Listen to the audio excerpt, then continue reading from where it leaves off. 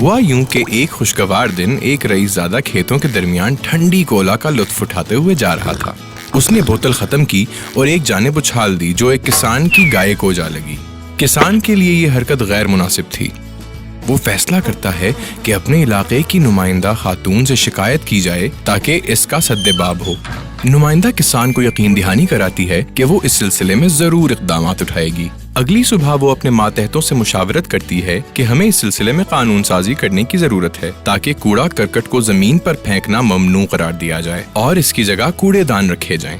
جلد ہی نمائندہ اپنے ماتحتوں کے ساتھ بل تحریر کرتی ہے جس میں یہ تجویز دی جاتی ہے کہ کوڑا کرکٹ پھینکنے والے پر جرمانہ عائد کیا جائے گا۔ اس طرح سے بل وجود میں آ جاتا ہے۔ نمائندہ قومی اسمبلی میں یہ بل لے کر پہنچتی ہے جہاں پورے ملک کے نمائندگان جمع ہیں اور جن کا مقصد قانون سازی کرنا ہے۔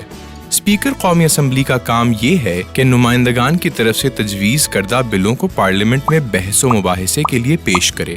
چنانچہ جیسے ہی بل پیش ہوتا ہے تو نمائندگان آپس میں اس بل کے نفع اور نقصان پر گفتگو کرتے ہیں۔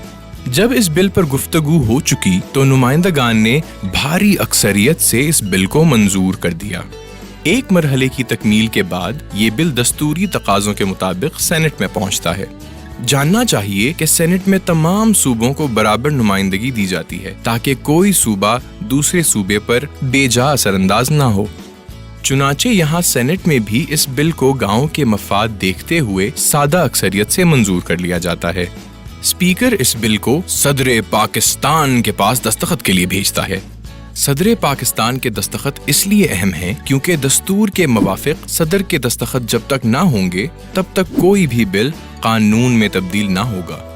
صدر پاکستان کو یہ بل دیکھ کر خوشی ہوتی ہے، اس لیے وہ بل کو منظور کر لیتے ہیں اور دونوں ایوانوں کو مبارکباد پیش کرتے ہیں۔